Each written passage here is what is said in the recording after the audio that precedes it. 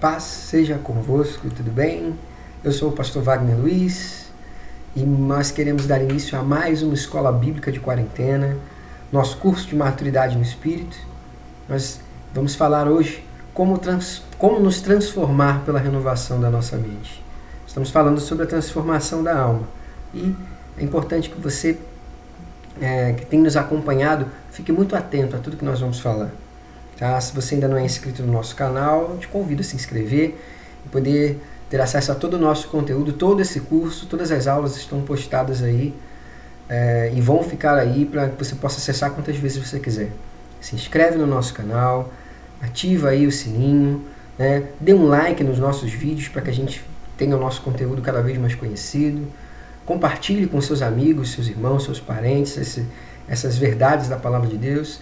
E qualquer dúvida, mande os seus comentários aí, as suas dúvidas, nos comentários as suas dúvidas, né?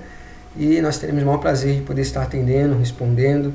Tenho certeza que Deus ele está nos direcionando a poder fazer essa obra, esse projeto e de alguma forma que nós possamos ser um canal de bênção para a sua vida também, no nome de Jesus.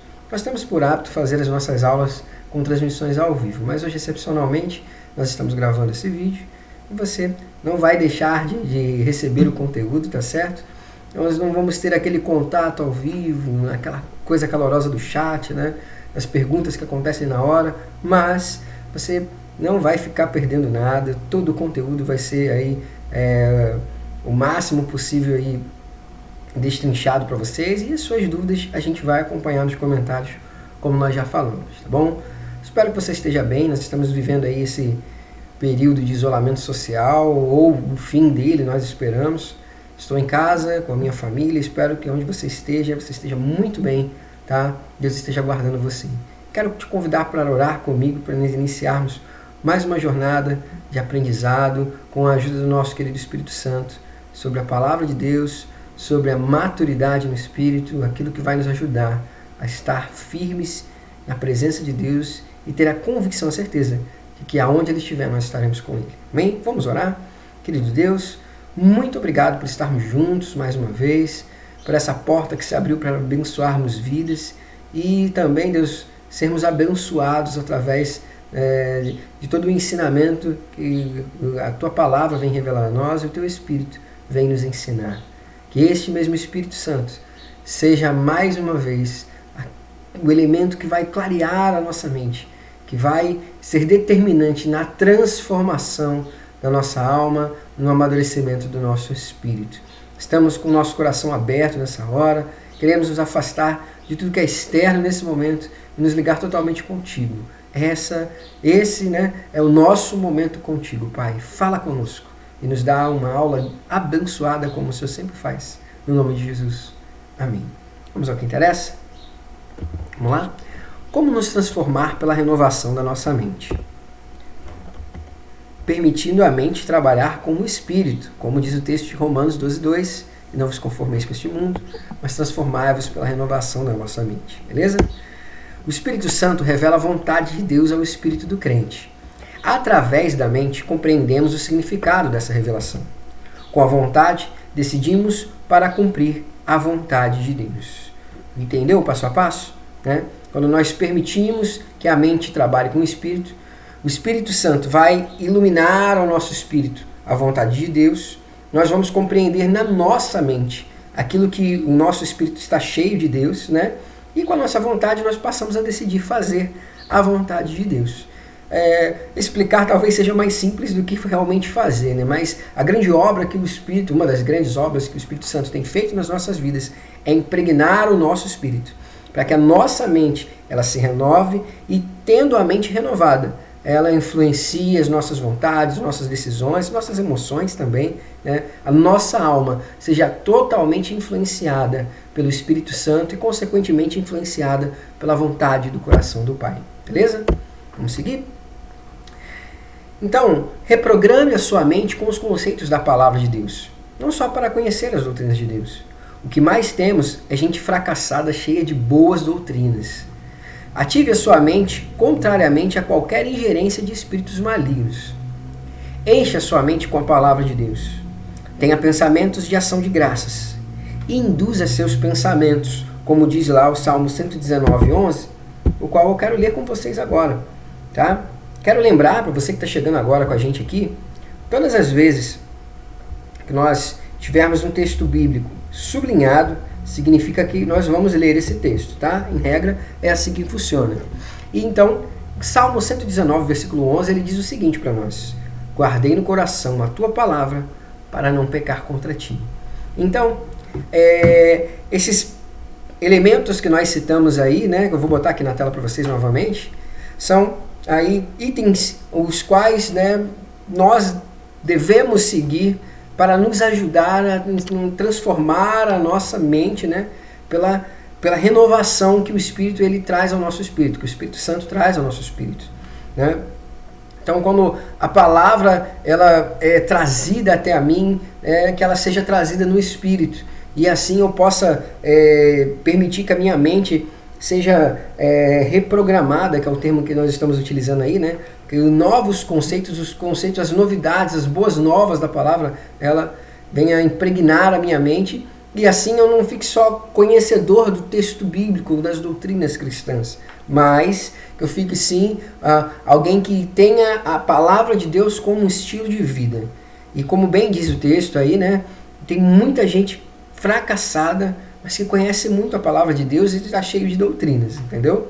Nós também devemos manter a nossa mente ativa de forma contrária a aquelas investidas de Satanás, aquelas sugestões, como nós falamos no nosso último encontro, que Satanás ele manda suas sugestões, ele lança lá ideias que são lançadas para nós através dos nossos sentidos, algo que vem de fora e que podem ser compradas pela nossa mente, podem ser compradas no coração, né? E assim começam a trabalhar modificando o nosso pensamento para que haja segundo a vontade daquela sugestão de Satanás. Então, eu tenho que manter a minha mente ativa para que essas investidas de Satanás elas não encontrem sucesso na minha vida, beleza? E assim, uma maneira de manter a mente ativa é manter ela cheia da palavra de Deus. Por isso a importância de ler a Bíblia com regularidade, né? De ter aí um hábito de leitura da Bíblia, não somente para conhecer, como já falamos, o texto bíblico, mas para que a palavra de Deus seja algo determinante na sua vida também, tá certo? Ter pensamentos de ação de graças, né? Ou seja, que aquilo que esteja na sua mente, como bem diz a Bíblia, é aquilo que traga esperança, aquilo que traz alegria, aquilo que esteja relacionado com as coisas que o Espírito faz, né? Pensamentos negativos, pensamentos de desejar mal ao próximo, né? De julgar mal ao próximo, essas coisas nos atrapalham nesse processo de renovação. E manter os nossos pensamentos induzidos, de preferência pela palavra de Deus, né? Ou seja, por aquilo que o nosso espírito está sendo cheio, que é do Espírito Santo, que é da palavra de Deus, ok? Vamos às características de uma mente conquistada, olha aí, ó. Uma mente conquistada é uma mente clara, uma mente lógica, uma mente limpa e não maliciosa, e uma mente em que há liberdade para admitir valores, tanto elogia como recebe críticas e assim sucessivamente. Claro que nós estamos falando, né, características de uma mente conquistada pelo Espírito Santo, ok? É uma mente que está cheia da presença de Deus, cheia do Espírito Santo, certo? Vamos lá, vamos seguir. Olha as leis do Espírito. O Espírito, ele traz ao nosso Espírito, o Espírito Santo traz ao nosso Espírito discernimento. Esse discernimento, ele se transforma em entendimento na nossa alma, na nossa mente, nas nossas emoções e com a nossa vontade. E a partir desse entendimento, o nosso corpo vai realizar aquilo que o Espírito Santo inicialmente trouxe discernimento ao nosso espírito. É assim que funciona. Nós já estudamos aqui, né, em princípios de revelação na palavra, as funções de cada uma dessas partes, né, em que o ser humano é composto, espírito, alma e corpo. Né? Nós mantemos contato com o Espírito Santo no nosso espírito e ele traz discernimento de Deus para nós. Na nossa alma, que é o elemento que nos individualiza de fato, né? Não apenas as características físicas, mas principalmente a nossa alma, que é aquilo que Deus quer salvar e aquilo que Satanás quer tragar, né? É na alma que nós temos a nossa mente, nós processamos o nosso raciocínio, que nós temos os nossos sentimentos e exprimimos nossas vontades. Então, quando o meu espírito está cheio do Espírito Santo, quando o meu espírito está adquirindo discernimento do Espírito Santo, né, o Espírito vai impregnar toda a minha totalidade, começando pela minha alma, fazendo com que a minha mente entenda a proposta de Deus, né, fazendo com que as minhas emoções reajam de acordo com aquilo que o Espírito tem me permitido e, consequentemente, induzindo a minha vontade a fazer a vontade de Deus. E quando a minha vontade ela se alinha à vontade de Deus, então o meu corpo começa a realizar atos de justiça, atos que vão engrandecer o nome do Senhor. O meu corpo começa a realizar aquilo que exalta e engrandece o nome de Deus. Beleza? Então, esse é o processo, as leis do Espírito. Vou botar na tela mais uma vez para vocês verem. Tá bom? Tá rápido, não conseguiu acompanhar? Não fica preocupado, você pode rever a nossa aula quantas vezes você quiser. Beleza? Vamos falar um pouco, né, sobre a análise da vontade, sobre a vontade propriamente dita, né? Estamos falando de transformação da alma, nós vimos um pouco da mente, vamos falar um pouco da vontade.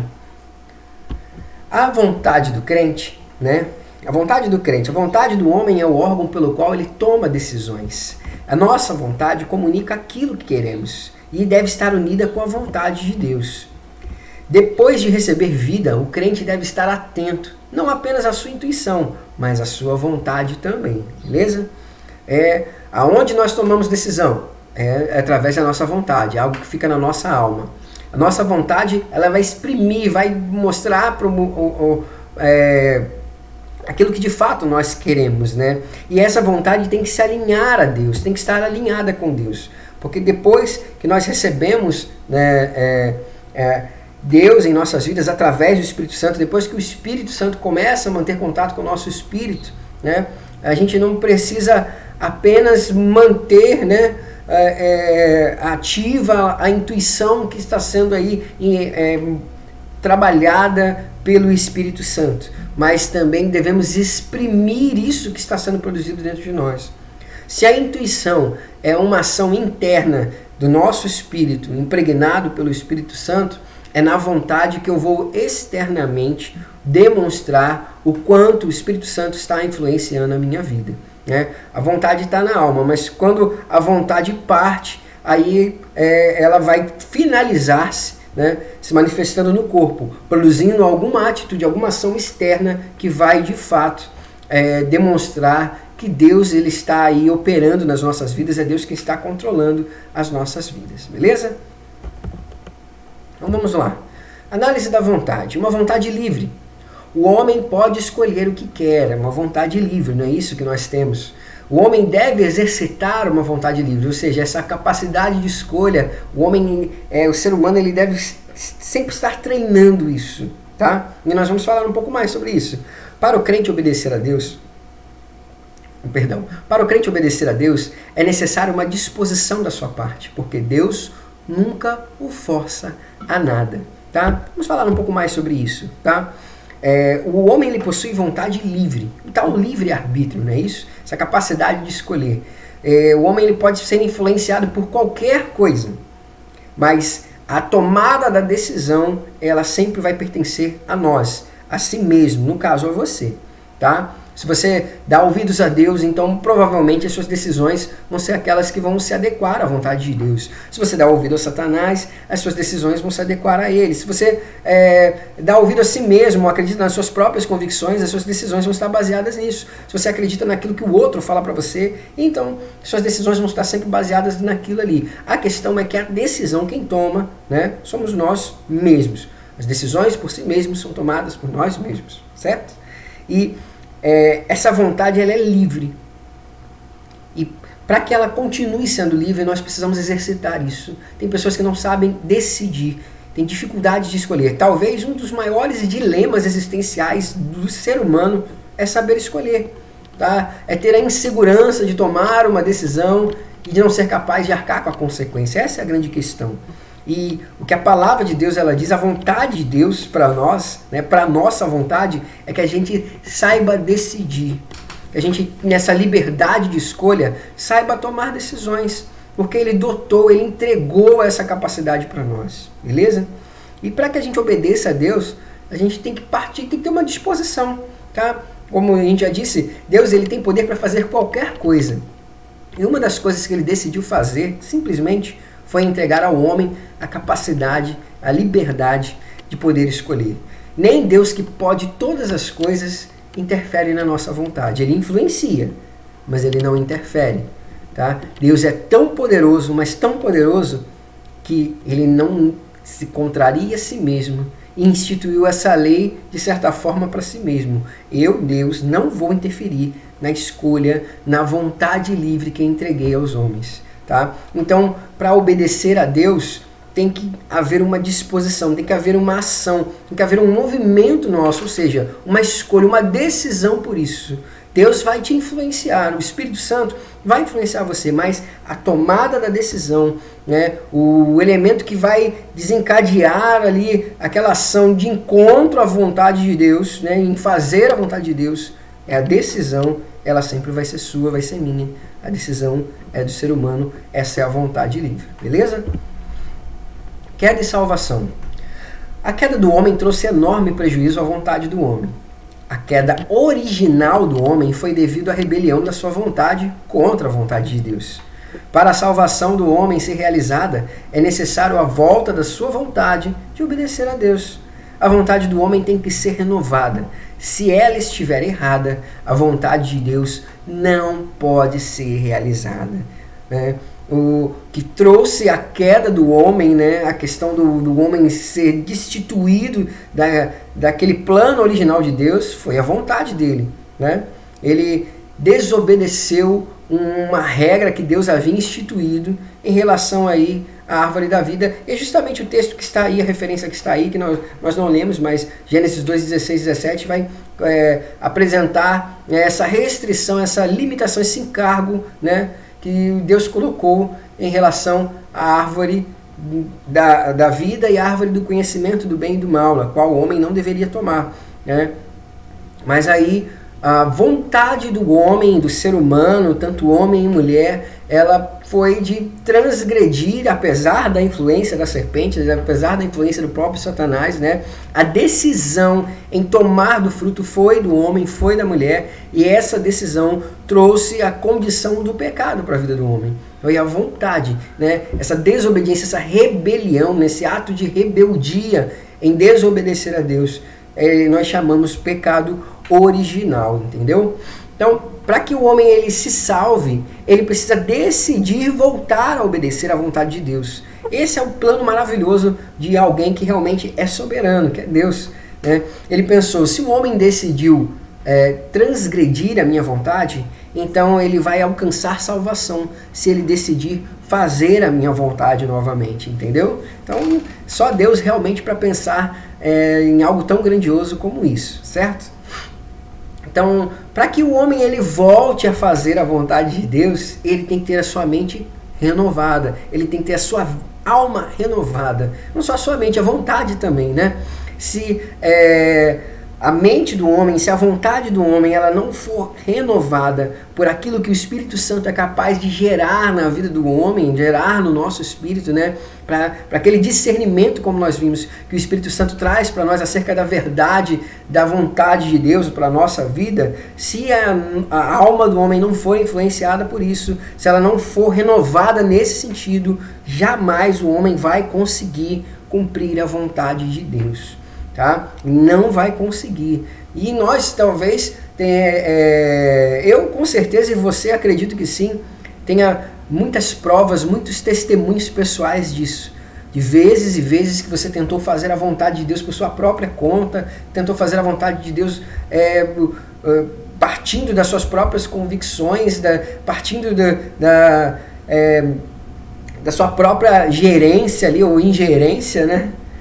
E você nunca conseguiu. Aquelas pessoas que dizem, não, eu preciso me consertar para depois poder caminhar com Cristo, e nunca se consertam, porque de fato essa renovação, esse conserto que todo mundo deseja para si mesmo, somente quando permitimos, né, que o Espírito Santo ele seja a voz mais alta nas nossas vidas, que Ele influencie a nossa alma, que Ele comece esse processo de transformação na nossa alma, seja na mente, na vontade, nas emoções. É somente a partir disso, dessa renovação, que a nossa vontade, ela vai ser capaz de desejar a vontade de Deus. Legal?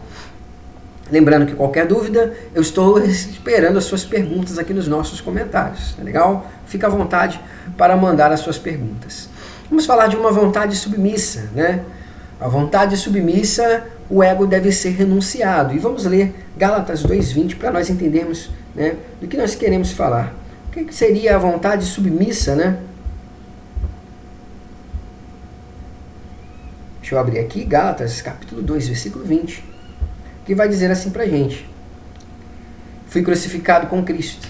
Assim, já não sou eu quem vive, mas Cristo vive em mim. A vida que agora vivo no corpo, vivo-a pela fé no Filho de Deus, que me amou e se entregou por mim. Nossa vontade deve estar completamente unida à vontade de Deus. Assim o homem se submete espontânea e completamente a Ele. Quando realmente unimos com Deus na vontade, cessamos de uma vez com toda atividade que brota de nós mesmos. A vontade submissa, né, ou submeter a nossa vontade a Deus, necessita de que nós afastemos o nosso eu, o nosso ego. Por isso o apóstolo Paulo vai escrever aos irmãos lá na Galácia esse texto do capítulo 2, versículo 20. Né? Olha, eu estou crucificado com Cristo. O que eu faço agora é a vontade dele. Eu estou interessado, empenhado em alinhar a minha vontade à vontade de Deus. Então, o que eu desejo fazer é aquilo que Deus deseja que eu faça. Por isso, vontade submissa. Tá? A mensagem que Satanás e o mundo, que são os adversários aí, adversários claros da vontade de Deus, né? A mensagem que eles passam é que o homem, né, ele tem que ser superior, né? Ele tem que estar no centro de tudo. Ele precisa ter uma vontade livre para fazer o que quer. Só que a liberdade, né, que nós encontramos é justamente quando alinhamos a nossa vontade com a vontade de Deus. Poxa, parece estranho, eu sei que parece, né? Mas a palavra de Deus, ela nos garante, né, de que a vontade que Deus tem para nós é de que nós sejamos livres. Por isso, o próprio Filho vai dizer que se Ele nos libertar, nós realmente seremos livres. E então, submeter-se a Deus é ter uma vontade livre. Enquanto eu me mantiver preso às minhas próprias vontades, às minhas próprias convicções, ou a influência de qualquer outra coisa que não seja Deus, eu vou estar aprisionado a isso. Eu não vou ser capaz de entender o que é plenamente a liberdade, porque Deus, ele é capaz de trazer liberdade para nós, né? Por isso Paulo vai dizer isso: olha, a vida que eu vivo hoje é pela vontade de Deus, por isso hoje eu sou livre, hoje eu tenho liberdade. Irmãos, é um paradoxo para a nossa lógica, né? Mas isso com certeza revela muito do poder de Deus. Por isso a Bíblia vai dizer, né, que a palavra é loucura para os que perecem, mas para eu e você, para você que crê, ela é poder de Deus. Então, que você receba poder de Deus na sua vida, que você seja empoderado por Deus a partir do momento em que você comece a colocar a sua vontade submissa à vontade de Deus, e Ele te mostre como é ser livre para ser você mesmo, em nome de Jesus. Tá? É o que eu ministro e profetizo na sua vida. Beleza? A mão de Deus. Deus pesa a mão no seu povo quando este se endurece contra a sua vontade. Já vamos ler logo Provérbios capítulo 3, versículos 11 e 12. Vamos lá, Provérbios 3, 11 e 12. Meu filho, não despreze a disciplina do Senhor, nem se magoe com a sua repreensão. Pois o Senhor disciplina quem ama, assim como o pai faz ao filho de quem deseja o bem. Tá?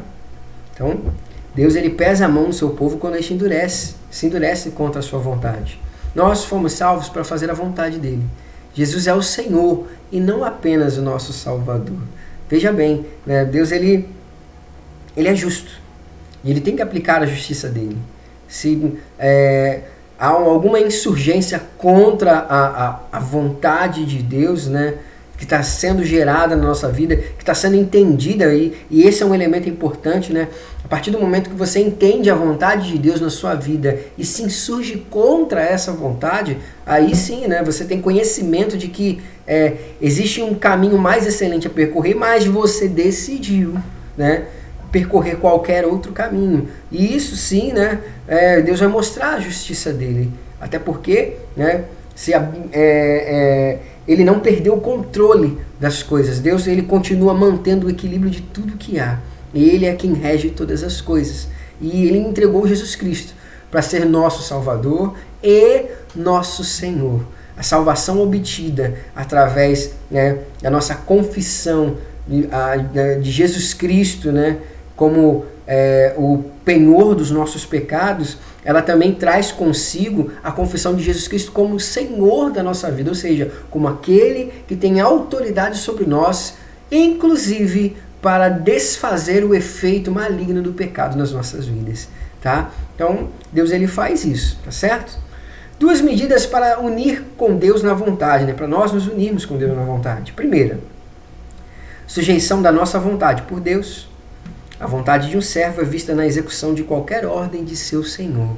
Quando eu sujeito a minha vontade à vontade de Deus, né, eu mostro verdadeiramente a minha obediência. E quem é obediente, com certeza é unido com o seu Senhor. Então, a vontade do servo é vista na execução de qualquer ordem do seu Senhor. O bom servo é aquele que está sempre disposto a fazer a vontade do seu Senhor. O bom servo é aquele que sempre tem vontade de fazer a vontade do seu Senhor. Legal? A segunda medida, a conquista da vida da nossa vontade. O filho conhece o coração do pai e cumpre sua obrigação, mas a realiza com prazer. Ou seja, essa submissão, essa vontade submissa à vontade de Deus não pode ser encarada como um peso, não pode ser encarada como um fardo. Pelo contrário, tem que ser encarada como ela de fato é. A melhor coisa que poderia acontecer na minha e na sua vida, e que de fato foi. A melhor coisa foi o momento em que eu entreguei a minha vontade, eu alinhei a minha vontade à vontade de Deus. O momento que eu deixei Deus reger a minha vida e conheci o que é liberdade de fato. Eu comecei a conhecer quem eu sou de fato. Então, eu alinho a minha vontade com Deus quando eu me coloco à disposição de fazer a vontade dele e quando eu encontro prazer nisso. E de verdade, irmãos, quando você tem um encontro genuíno com Deus, quando o Espírito Santo começa a encher o teu espírito do discernimento do coração do Pai e a impregnar a tua vida, a maior vontade que nós temos é fazer a vontade de Deus na nossa vida. Beleza? Vamos lá. Exemplos na Bíblia de obediência sem submissão. Olha que interessante, né?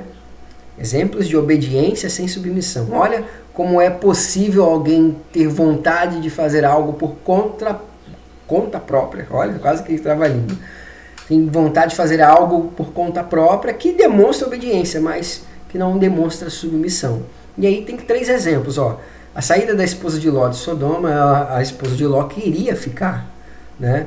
Ela meio que também, né, o texto deixa entender que ela estava ali meio segurando a onda, tanto, né, que ela não resistiu à ordem que foi dada pelo anjo e se virou para ver o que aconteceria com Sodoma e virou uma estátua de sal.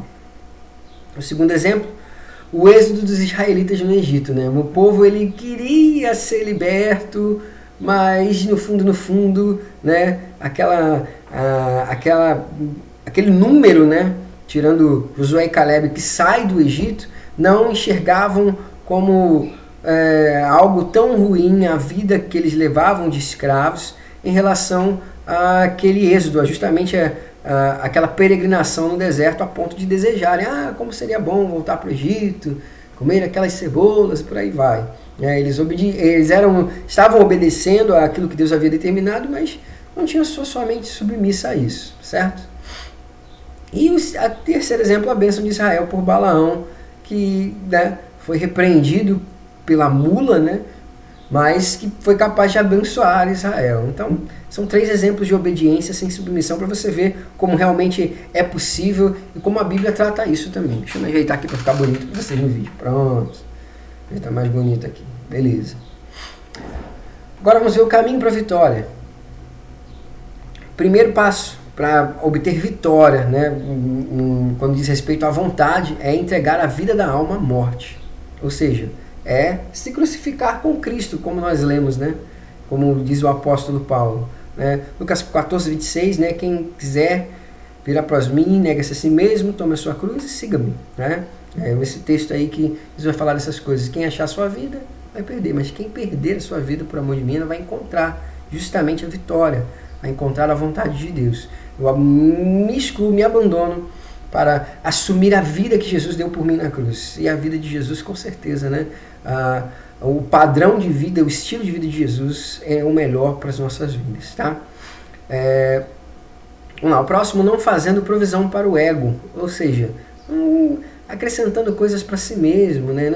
Não esperando em si mesmo alguma coisa que vá revolucionar a sua vida, porque realmente não vai, irmãos. O que é ser capaz de revolucionar a sua vida, vai ser capaz de renovar a sua vida, renovar a sua mente, influenciar positivamente a sua vontade, é a vontade de Deus, tá?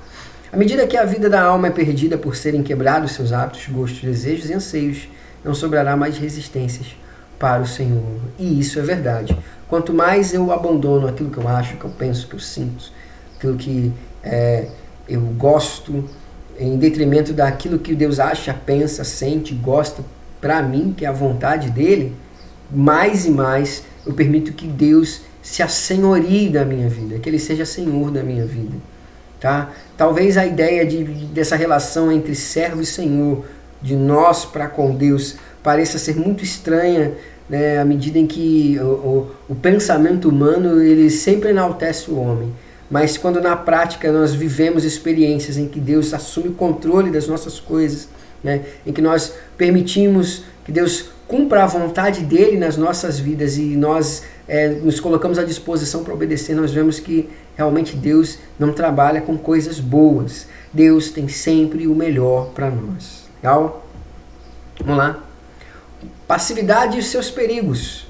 O primeiro perigo da passividade é a falta de conhecimento das condições através das quais os maus espíritos operam. A gente mantém a nossa vida passiva aí e pode acabar confundindo algo ruim achando que seja bom, porque não conhece. Também a falta de conhecimento do princípio da vida espiritual, né? De gente que simplesmente não consegue entender aquilo que eu e você já entendemos nessa altura do nosso curso, de que nós somos muito mais espirituais do que se imagina, certo? O diabo só oprime o ignorante e vale a pena nós lermos Oséias 4:6, Oséias capítulo 4, versículo 6, esse texto é interessantíssimo, vale a pena a gente ler, tá? Eu vou ler agora para vocês aqui, ó. Oséias 4:6 diz o seguinte: meu povo foi destruído por falta de conhecimento. Uma vez que vocês rejeitaram o conhecimento, eu também os rejeito como meus sacerdotes. Uma vez que vocês ignoraram a lei do seu Deus, eu também ignorarei seus filhos. Tá vendo? O povo foi destruído por falta de conhecimento. Então, quando nós nos mostramos ignorantes às verdades acerca de Deus e da sua vontade, da palavra dele, do mundo espiritual e do Espírito Santo em nossas vidas, quando nós nos mantemos passivos e alheios a isso, olha, abrimos um grande terreno para que sejamos enganados e tenhamos muito prejuízo em nossas vidas.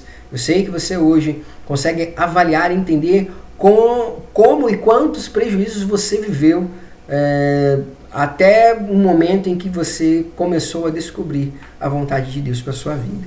Porque é assim, a passividade abre um terreno para Satanás e nós vimos isso também na nossa última aula. Vale a pena, você não conferir o que nós já falamos aí a respeito de passividade. Legal? Vamos seguir. Vamos falar sobre causa e efeito, né?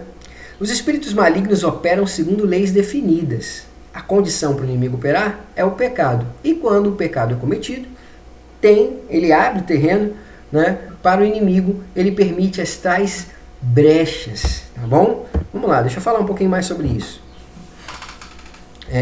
Existem regras no mundo espiritual.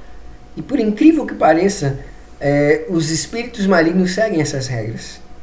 Então, o inimigo só tem liberdade para operar nas nossas vidas quando nós permitimos. E o pecado é a principal chave que abre portas para o inimigo em nossas vidas. Todo mundo sabe, né, que a Bíblia fala, né, que os anjos estão ao nosso redor e que os demônios estão ao nosso derredor, ou seja, eles estão ao redor dos anjos. E quando nós pecamos, é como se nós abríssemos aí uma brecha, é aí o termo brecha, nessa proteção espiritual, inclusive dos anjos, sobre a nossa vida, permitindo que aquilo que está ao derredor, que é o Satanás, ele penetre por aquela brecha e ali possa fazer as suas obras, sejam elas as terríveis obras que forem. Mas o pecado, ele é a chave, ele é o elemento que permite, né, que Satanás, que dá legalidade, esse talvez seja o termo mais técnico e mais claro, né, é o elemento que dá legalidade para Satanás operar, né? Por isso que a Bíblia vai dizer, né, o mundo jaz no maligno, ou seja, não que o planeta Terra está na mão de Satanás, mas que as operações do mundo, que pensa por si só, que age por si só, que não está interessado, né, na vontade de Deus, elas abrem liberdade, tal liberdade para que Satanás ele possa ali operar. Veja bem, liberdade.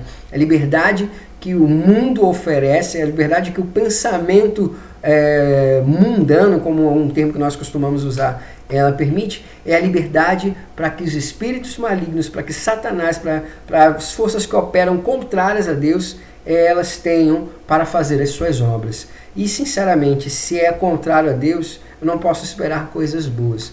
Pode ser agradável num momento, tá?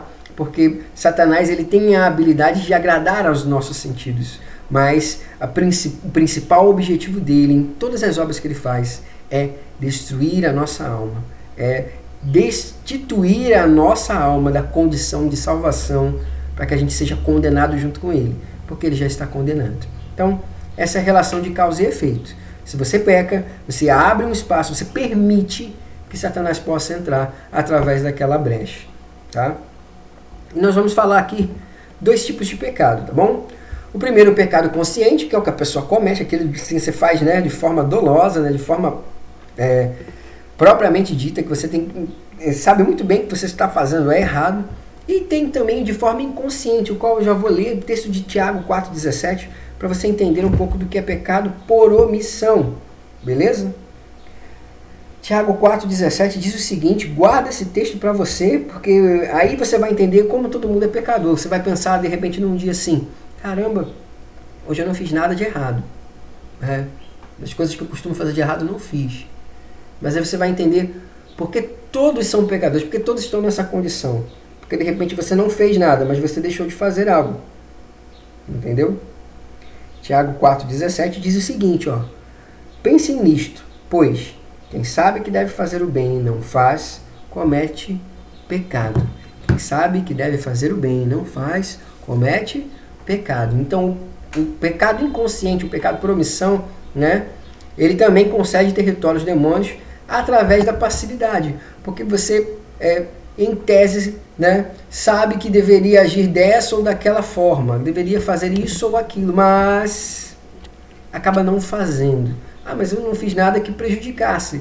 Só que o seu não fazer, a passividade abriu o território para os demônios. Então, nós estamos qualificando isso como um pecado inconsciente. Tá? Deus, ele, por exemplo, ele nos colocou um encargo através de Cristo de ir e pregar o Evangelho. E quando você deixa de fazer isso, de alguma forma, né, quando você deixa, né, de fazer o bem, que é justamente aquilo que o Senhor Jesus ele apresentou para que nós façamos, né, essa sua omissão, ela pode funcionar, né, ela pode acabar gerando através da passividade, né, de você se tornar passivo quanto a isso. Não, eu sou salvo, tá bom para mim, né, já me garanti, não preciso fazer mais nada, mas essa passividade pode acabar cedendo espaço, né, infiltrando ali na sua barreira de proteção e abrindo uma brecha para que de alguma forma, dessa forma passiva, dessa forma inconsciente, dessa forma omissa, Satanás penetre na sua vida, os demônios possam agir na sua vida. Então você veja como o pecado ele é desastroso até mesmo no não fazer. O cristão não utilizando o seu talento para fazer a vontade de Deus cai numa inércia, mornidão e apatia, e abre o caminho para o engano e a invasão de demônios. E está aí o exemplo, Sansão e Saul, né? Sansão foi levantado por Deus para ser juiz de Israel, juiz do seu povo, mas preferiu cuidar primeiro das suas coisas, né? Utilizar do talento, do dom que Deus deu a ele para governar, para simplesmente desfrutar daquilo que ele, dos seus próprios desejos, e acabou realmente permitindo que o pecado entrasse na vida dele quando tomou Dalila, alguém de outro povo que ele não deveria fazer, e assim teve o seu voto quebrado e foi envergonhado. E Saul da mesma forma, foi levantado, apesar de não ser a escolha que Deus fez, mas foi a escolha que Deus ratificou à medida que o povo decidiu. Deus, ele abençoou, né, ele consagrou Saul como rei sobre o seu povo Israel, mas Saul estava muito mais preocupado em sair bem na foto, em agradar a Deus da sua forma, né, ou que Deus se agradasse dele por si mesmo, do que simplesmente fazer a vontade de Deus, aquilo que Deus havia dito, e acabou tendo um final trágico, e, enfim, mostra como a omissão, a passividade pode conceder território para os demônios, pode permitir que Satanás faça obra, né, nas nossas vidas, né, na vida daquele que permite, né. E Saul até ele pedia a Davi que tangesse a harpa, tocasse a harpa, para que os demônios dele pudessem ser libertos através, né, do louvor que Davi entoava com a sua arca. Veja que Saul permitiu que demônios entrassem na sua vida pela sua passividade. Então, temos evidência bíblica, prova bíblica de que isso acontece, e às vezes nós permitimos isso acontecer mesmo, certo? A tolice do crente. A primeira tolice do crente é a desobediência. Vamos lá, Romanos capítulo 2, versículo 5. Nós já estamos chegando aí à parte final da nossa aula, tá certo? Romanos 2, 5. Deixa eu ler para vocês aqui. Contudo, por causa da sua teimosia e do seu coração obstinado, você está acumulando ira contra si mesmo, para o dia da ira de Deus, quando se revelará o justo julgamento. Deus retribuirá a cada um conforme o seu procedimento. Ele dará a vida eterna aos que, persistindo em fazer o bem, buscam glória, honra e imortalidade. Mas haverá ira e indignação para os que são egoístas, que rejeitam a verdade e seguem a injustiça. Haverá tribulação e angústia para todo ser humano que pratica o mal, primeiro para o judeu, depois para o grego, e assim sucessivamente. A desobediência, irmãos, ela destitui o homem das benesses que Deus tem para oferecer. Satanás força o homem a ser seu escravo passivo e cativo. Deus convida o homem a fazer sua vontade ativa, consciente e voluntariamente. Veja aquele paradoxo sobre liberdade, né? O mundanismo, né, para a gente não falar o mundo em si, mas o mundanismo prega uma ideia de liberdade em que o homem é o centro de si mesmo e ele pode fazer e seguir o caminho que for. Só que o caminho que Satanás, que é o nosso adversário espiritual, ele tem, é um caminho que nos mantém presos, que nos mantém cativos ali, submissos ao que é o pecado, né? A principal obra que Satanás faz na nossa vida, irmãos, não é nem manifestar, né, mas é nos manter cada vez mais afundados numa vida de pecado. E vê que liberdade é essa? Eu sou livre, né, posso fazer o que eu quiser, então eu posso ter quantos relacionamentos, me relacionar com quantas mulheres eu quiser, e a minha esposa como fica? Então a minha liberdade, na verdade, ela me leva, né, a destruir o meu casamento, ela me leva a destruir casamentos de outras pessoas porque eu sou livre. Isso não parece liberdade. E eu acabo preso, eu não consigo me relacionar, eu não consigo ter o meu coração disponível para amar alguém, para ser fiel, e a infidelidade passa a ser uma constante na minha vida. Eu me torno escravo da infidelidade, escravo de uma vida promíscua, nesse caso, de uma vida de relacionamentos assim, que a tendência é ele cada vez piorando. Eu só estou dando um exemplo, porque é até um exemplo um tanto comum que nós vemos. Então, essa liberdade que o mundanismo diz que nós temos nos prende ao pecado. Deus, ele nos convida a sermos livres, no sentido de que se eu me submeter à vontade de Deus, né, e essa submissão é ativa, Ou seja, eu preciso cada dia buscar fazer a vontade de Deus. Eu preciso entender que cada dia eu preciso fazer a vontade de Deus. Eu preciso agir voluntariamente a fazer a vontade de Deus. Cada vez que eu faço isso, eu encontro liberdade. Liberdade para ser a minha melhor versão. E a minha melhor versão, ela está registrada muito bem no coração de Deus. Então, olha que relação interessante. Como uma coisa realmente um conceito que parece ser correto, na verdade é equivocado em relação ao mundo, e aquele que parece ser equivocado em relação a Deus, essa submissão a Deus, na verdade, mostra o quanto nós podemos ser livres. Tá certo? Então é isso. Vamos falar um pouco mais sobre os perigos da passividade. Aí temos alguns exemplos aí. Ó. O perigo que a passividade traz, por exemplo, é a ignorância. E o exemplo que dá é a morte de Uzá. Uzá foi aquele homem, né, que pôs a mão na arca quando ela passou, né, ela estava em cima de uma carroça, quando ela passou por uma pedra, não me recordo bem, mas quando ela teve um solavanco aí, a arca ia cair da carroça, Uzá, até num ato um tanto reflexo, ele foi pôr a mão na arca para ela não cair, só que ele não estava autorizado a pôr a mão na arca, né, a se aproximar da arca daquela maneira, e morreu na hora. Parece um exagero da parte de Deus, mas isso aconteceu porque ele não sabia que ele não poderia fazer aquilo, ou que ele não poderia fazer aquilo da maneira que ele estava, tá?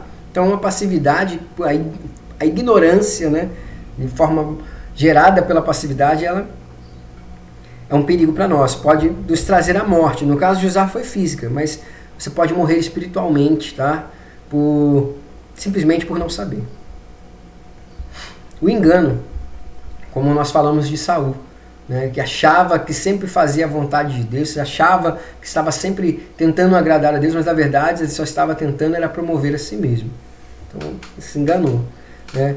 O extremo de passividade, né, e o entrincheiramento ao cerco, ou seja, Sansão, ele está bem qualificado nesses dois exemplos, porque ele tinha o dever e tinha a autoridade de ser ali o líder de Israel, de ser o juiz de Israel, aquele em que ia manter a integridade daquele povo segundo a vontade de Deus, mas simplesmente, num determinado momento da sua vida, ele largou de mão, deixou correr frouxo, como se diz, e permitiu-se ser envolvido, ele se permitiu ser colocado numa situação em que ao seu redor, né, somente estava ali aquilo que não agradava a vontade de Deus. E em um primeiro momento, né, ele não fez qualquer esforço para lutar contra isso. Pelo contrário, Dalila era muito bonita, não tinha problema se ela era filisteia,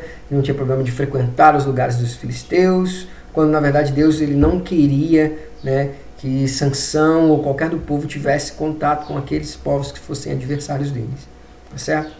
Então, a Bíblia nos dá exemplos de como a passividade pode destruir a nossa vida, tá certo? Vamos lá, o engano do crente, vamos falar um pouco sobre isso.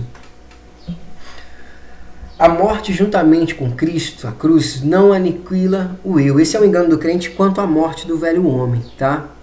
Ou seja, a morte com Cristo, a cruz, ela não aniquila o eu, né? Muita gente se engana nesse sentido, acha que eu estou com Cristo agora, já não sou mais eu, é só Cristo. Mas esse é um exercício diário, um exercício constante. Eu vou me matando, né, figuradamente, vou me colocando na cruz com Cristo a todo momento, para que o meu eu vá sendo anulado, tá?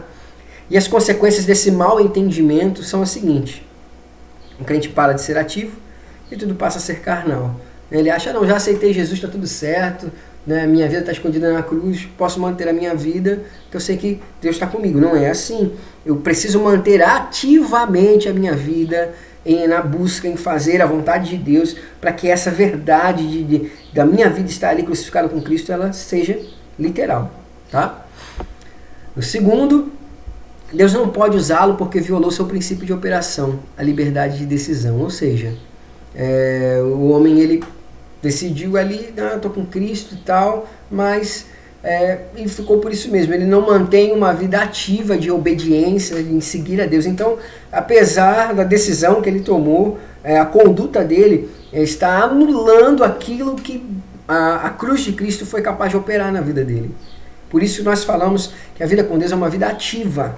Você precisa todo instante, a todo momento estar ali, obedecendo, fazendo a vontade de Deus, se impregnando das coisas de Deus, tá? É diferente de fanatismo, tá? O fanatismo é pessoas que seguem, fazem e, assim, muitas das vezes não entendem aonde aquilo vai fazer chegar, entendeu? O fanático, ele está muito nisso aí. É mais aquela coisa de sair bem na foto, como era Saul, entendeu? Você fazer, seguir, se colocar para que as pessoas vejam que você está assim, né? E, na verdade, a ideia que Deus quer é que a gente assuma essa condição de forma ativa, que a minha vontade esteja ali, né, sempre disponível à vontade de Deus, né? Eu levantei, agradeci a Deus, comecei mais um dia, e é mais um dia em que cada coisa que eu vou fazer, eu vou tentar encaixar, né, a vontade de Deus, entender o que é a vontade de Deus ali, para que a minha vida esteja na cruz com Cristo. Tá? Se não for assim, né, se eu tomo a decisão por Jesus Cristo, mas não me esforço, não mantenho essa disposição para fazer a vontade de Deus, então Deus não vai tendo a liberdade, não vai tendo o espaço que Ele precisa para poder influenciar a nossa vida e assim, consequentemente, a gente vai acabar se mantendo da maneira como nós estamos. Como nós falamos, vai continuar sendo carnal. O terceiro: os maus espíritos agarram a oportunidade para invadi-lo, pois involuntariamente preencheu os requisitos para a sua operação, que é a passividade, né? Eu não mantenho a minha vida ativa com Deus, consequentemente, essa passividade está abrindo terreno para que Satanás comece a me influenciar, comece ali a trabalhar em mim, no meu eu, e assim os maus espíritos podem ganhar terreno para controlar a minha vida, tá? Então não se engane, tá? Você morreu com Cristo? Beleza, mas você precisa se lembrar disso todo dia e exercer ativamente essa nova vida que você conquistou na cruz com Cristo, ou que Cristo conquistou na cruz por nós, por mim, por você. Tá? Segundo a operação de Deus, né? Filipenses 2,13, um texto que é assim interpretado às vezes de uma maneira muito equivocada. Deixa eu abrir aqui, Filipenses 2,13. Tá? Filipenses capítulo 2, versículo 13 diz o seguinte para nós, ó. Pois é Deus quem efetua em vocês tanto querer quanto realizar, de acordo com a boa vontade dele. É Deus quem efetua em vocês tanto querer quanto realizar, de acordo com a boa vontade dele. Ou seja, Deus não opera nada em nosso lugar enquanto não desejarmos isso, tá? Tanto nós desejamos que Deus opere, Ele vai realizar o querer e o realizar. Tá? Então, nós permitimos a Deus agir, quando a nossa vontade é a vontade de Deus, Ele vai operar tanto querer quanto realizar. Isso não é feito espontaneamente. Tá? Eu aceitei Jesus, agora Deus vai fazer tudo por mim. Não é assim.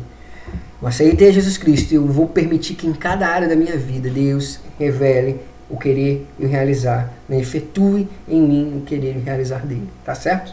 Deus opera na medida que nos dispomos, cremos e nos apropriamos das suas promessas reveladas na palavra.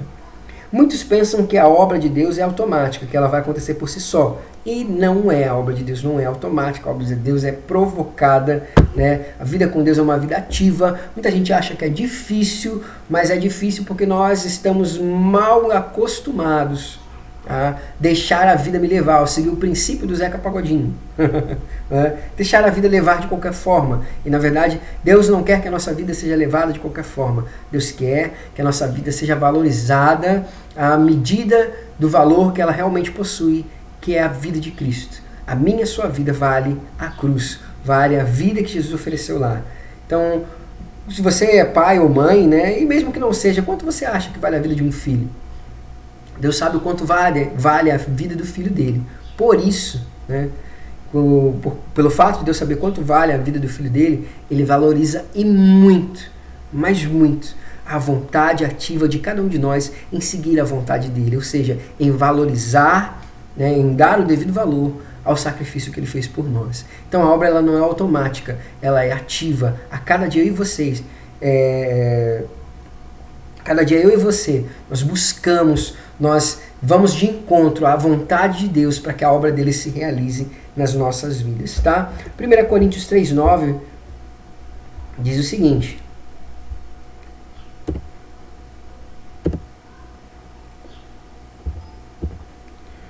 Coríntios capítulo 3, versículo 9, vai dizer o seguinte pra gente: pois nós somos cooperadores de Deus, vocês são lavoura de Deus e edifício de Deus. Ou seja, nós operamos com Deus para que a obra dele aconteça. E aqueles ao qual nós abençoamos, influenciamos através, a partir do momento em que somos instrumentos nas mãos de Deus para fazer a vontade dele, essas pessoas que nós influenciamos, elas são a lavoura e o edifício, ou seja, o lugar onde Deus vai trabalhar, onde ele vai operar, onde ele vai edificar, onde ele vai tratar, onde ele vai fazer crescer, onde ele vai fazer prosperar. É assim que funciona, tá? Quanto à operação de Deus, é assim como Deus opera. A gente permite que Deus opere, tanto querer quanto realizar nas nossas vidas. Ele não faz isso de forma automática, porque ele não vai passar por cima da nossa vontade. Quanto à vida espiritual, vamos falar desses 5 conceitos, já relacionando com os versículos, beleza? Né?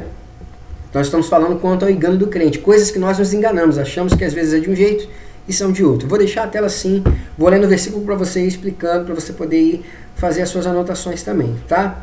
Então, conceitos errados relacionados com a vida espiritual. O primeiro deles é a respeito do falar, né? Mateus 10:20 diz o seguinte: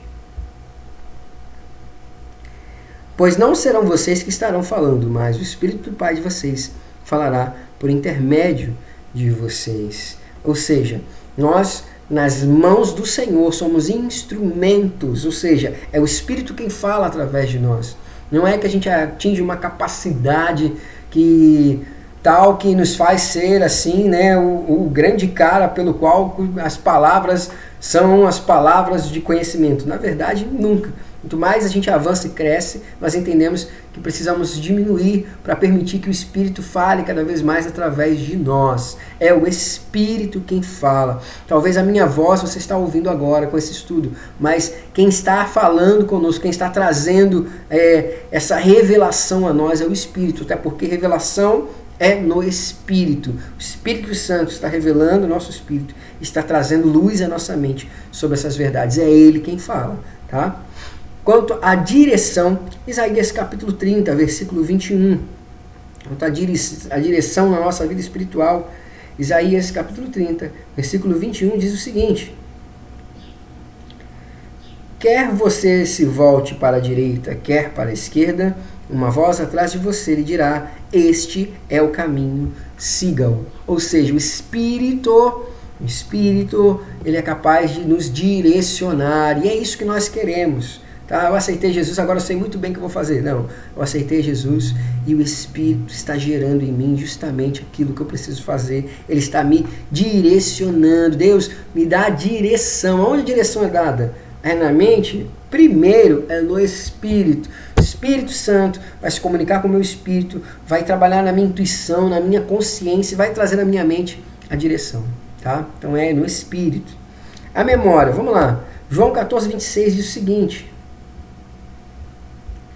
João 14:26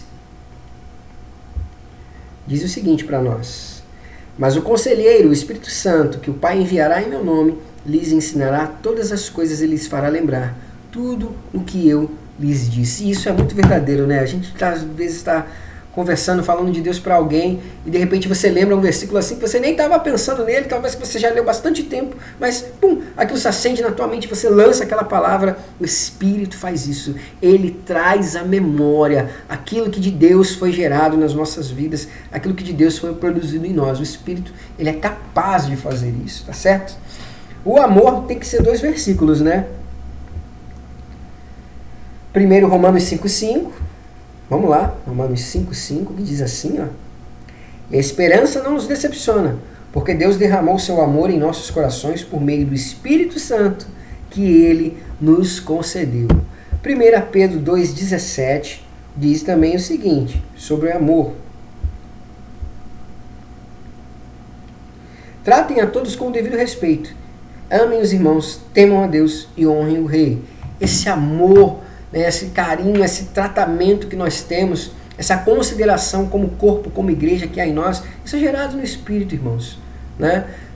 Não sei se você já parou para pensar que nós temos o hábito de chamar irmão, ou seja, membro da minha família, filho do meu pai, pessoas que às vezes a gente jamais pensou em se relacionar, que a gente não conhece a origem, não sabe de onde veio, e esse sentimento fraterno, esse amor fraternal é gerado no Espírito, isso é espiritual, tá? É o Espírito Santo que traz essa atmosfera, que nos faz entender essa atmosfera de amor que Deus ele estabelece em todos aqueles que estão dispostos a seguir a vontade dele.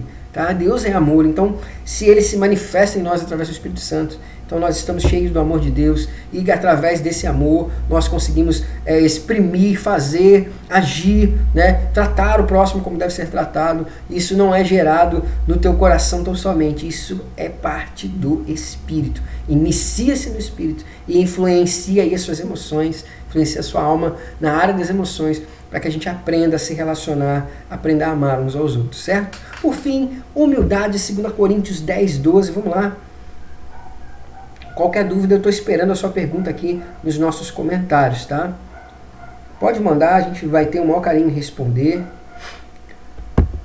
E se ficar rápido, você reveja nosso vídeo quantas vezes for, para, né, dá aquela pausa, anota as referências, confere tudo. Eu tenho certeza que isso é tudo feito para abençoar a sua vida, tá?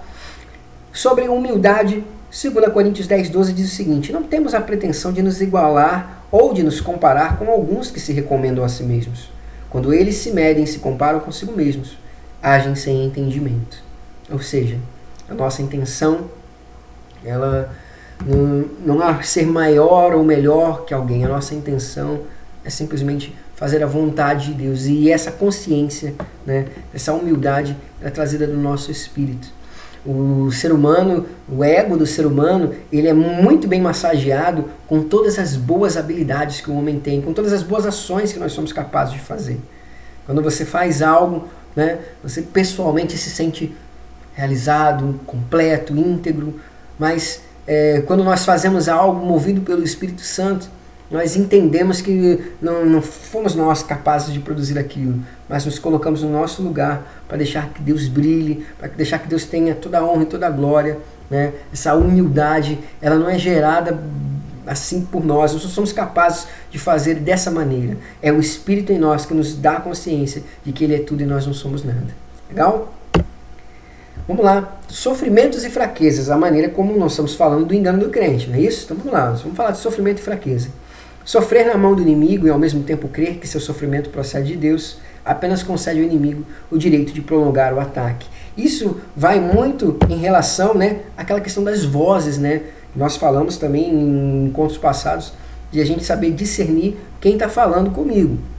Qual é a voz que está falando comigo? Se eu entendo, né, se eu tenho o discernimento no Espírito, tá, de quem é Deus falando, do que é Deus fazendo na minha vida, né, da provação que Deus está fazendo eu passar, então eu vou com certeza permitir, né, que Deus me aprove naquilo que Ele colocou. Agora, se eu estou sofrendo na mão de Satanás e estou achando que é Deus quem está fazendo isso comigo, então eu só vou continuar sofrendo. Satanás vai ganhar terreno para continuar me esmagando. Então eu preciso de discernimento para saber quem está produzindo o que.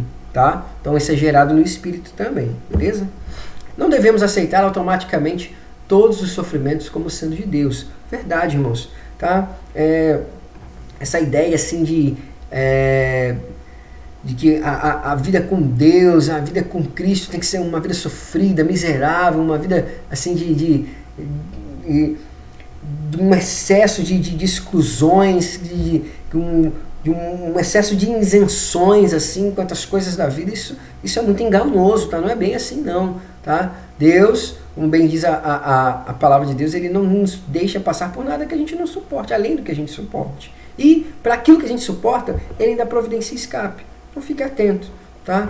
Não fica aceitando, não estou passando por isso porque isso é Deus na minha vida. E de repente não é, de repente é uma brecha que foi dada e Satanás está trabalhando. E enquanto você não tem o discernimento que isso é espiritual, no caso relacionado a um espírito maligno, um espírito mau, você deixa que aquilo seja alimentado. Escolher a fraqueza e o sofrimento sem os critérios necessários é preencher as condições para a operação dos maus espíritos. Não escolhemos tribulação, mas escolhemos consagração. E tá aí uma grande chave que diferencia as coisas, né? Se a sua vida busca estar consagrada a Deus, mesmo os percalços e os reveses que você enfrente, você vai saber entender muito bem aonde Deus quer fazer você chegar. Agora, se você tem uma vida na qual você simplesmente aceita aquilo que de ruim vem, porque você acha que Deus, em todas as oportunidades, Deus está permitindo isso, Deus está permitindo isso, Deus está permitindo isso, mas não consegue entender que, na verdade, é você que está permitindo que essas coisas aconteçam na sua vida, né? Por exemplo, Deus não prega uma vida, a palavra de Deus, e Deus ele não quer que a gente fique olhando o tempo passar, quer que a gente seja ativo, seja produtivo. E aí, eu estou desempregado, a porta não se abre, Deus está me fazendo passar esse processo. Mas também você não procura, né? Você não faz por onde, não estuda, não procura fazer a tua parte. Seja ativo. O que Deus quer é que nós sejamos ativos em tudo. E no meio da nossa atividade, Deus ele vai pegar isso e vai trazer a realidade, vai fazer acontecer a obra dele. Nós vimos que Deus ele trabalha na atividade e Satanás trabalha na passividade. Então você fica aceitando, a porta não se abre, eu estou esperando em Deus, estou orando. Beleza, ore, espere, mas faça a tua parte. Está precisando de emprego? Então vai procurar um emprego, irmão. Pega lá o jornal ou o classificado, manda currículo na internet, vai pessoalmente, faz a tua parte. E com certeza Deus jamais deixa de fazer a parte dele. Então, quando você tem uma vida consagrada, você entende que você precisa estar ativo em tudo, porque a passividade vai permitir que Satanás entre. Bem? Por fim, tá? Pergunte-se a você mesmo: preenchi as condições para a operação dos maus espíritos? Entendi o princípio básico do ensinamento bíblico? Estou sendo enganado pela distorção da palavra, pelo diabo? Essas perguntas você deve fazer a si mesmo. Se a sua resposta for sim, ela for favorável, né? Se eu preenchi as condições para a operação de mau espírito, se eu não entendi o princípio básico do ensinamento bíblico, e se eu estou sendo enganado pela distorção da palavra pelo diabo, então eu estou me enganando, eu estou abrindo terreno para Satanás na minha vida, apesar de estar na igreja, de ser batizado, de estar lendo a Bíblia todo dia. Então, você precisa manter uma vida ativa no Evangelho, né? A Bíblia prega um culto racional e não é só uma reunião organizada com entendimento, não. É a sua vida, a minha e a sua vida, né? O meu e o seu viver, a maneira como nós procedemos, elas manifestam, elas são manifestamente um culto a Deus. Nós adoramos a Deus em tudo que a gente faz. Então, se você não consegue se ver adorador, se você não consegue se ver servindo a Deus nessa ou naquela área da sua vida, então, né, possa ser que você esteja preenchendo algum desses requisitos aí para que o Satanás entre na sua vida, você não esteja entendendo o princípio bíblico da palavra ou está sendo enganado. O diabo conhece o texto bíblico e ele é capaz de manipular. Tá? Se você não conhece, de repente está sendo enganado por ele. Tá? A norma de Deus é a seguinte: o crente deve examinar ativa e conscientemente a fonte de cada questão em sua vida, ou seja, a forma ativa. Deus quer que você seja ativo, não é apenas aceitar, não é apenas concordar, mas vai lá e confere, vai lá e pergunta: Deus, é isso mesmo? Deus, testifica isso na minha vida. Deus, traz no meu espírito a revelação do teu Espírito Santo para que isso realmente seja confirmado por ti. Tá? Tiago 4,7 para a gente encerrar, beleza? Vamos ler esses dois versículos aí, ó. Tiago 4, versículo 7 diz o seguinte: portanto, submetam-se a Deus, resistam ao diabo e ele fugirá de vocês. E por fim, 1 Pedro 5, do 6 ao 9, vai dizer o seguinte para nós: portanto, humilhem-se debaixo da poderosa mão de Deus, para que ele os exalte no tempo devido. Lancem sobre ele toda a sua ansiedade, porque ele tem cuidado de vocês. Sejam sóbrios e vigiem. O diabo, o inimigo de vocês, anda ao redor como leão, rugindo e procurando a quem possa devorar. Resistam-lhe, permanecendo firmes na fé, sabendo que os irmãos que vocês têm em todo o mundo estão passando pelos mesmos sofrimentos, tá? Seja ativo. Examine ativa e conscientemente a fonte de cada questão da sua vida. De onde está partindo isso? Isso está acontecendo comigo por quê? Porque eu dei mole. Se eu dei mole, é fruto do pecado. Se é fruto do pecado, Poxa, Deus não está produzindo isso, pode ser Satanás aí, ó, agindo, tá? De onde está partindo isso? Poxa, eu busquei mais intimidade com Deus e estou vendo aí que Ele está me dando mais tempo, né? Aquilo que eu queria fazer, na verdade, que partia de mim mesmo, Ele não está permitindo que eu faça agora, mas em compensação eu estou tendo esse tempo todo aqui para orar, para buscar. Então eu acho que Deus está me provando. Ele quer saber se aquilo que eu pedi eu quero mesmo. Então, ó, examine, irmãos. Seja ativo. Quando nós somos ativos, quando a nossa vida se mantém ativa, quando a nossa vontade é uma vontade ativa, né, diante de Deus, com certeza, Satanás, nem o pecado, nem nenhum outro tipo de mal vai ser capaz de nos pegar. E Deus vai estabelecer a vontade do coração dele para as nossas vidas, tá? Eu espero que você tenha sido muito abençoado com todos esses ensinamentos. Nós vamos orar por aqui por hoje, tá? Mas nós vamos continuar falando, vamos continuar trazendo até você aí esses ensinos sobre transformação da alma, sobre maturidade no espírito. Espero contar com você no nosso próximo encontro. Tá? Estou esperando também as suas perguntas aqui nos comentários, mande, a gente vai responder para você com certeza, não fique acanhado, se é dúvida, não fique com ela, Deus nos colocou aqui para abençoar a sua vida e poder estar, de certa maneira, iluminando o seu pensamento, sendo usado pelo Espírito Santo, lembrando, como nós vimos hoje, é o Espírito quem fala, então é o Espírito que está falando com você. Eu quero, antes de encerrar, orar com você, amém? Vamos orar? Pai, no nome de Jesus, peço a tua bênção já para cada um desses irmãos, desses amigos, dessas pessoas que estão nos acompanhando agora.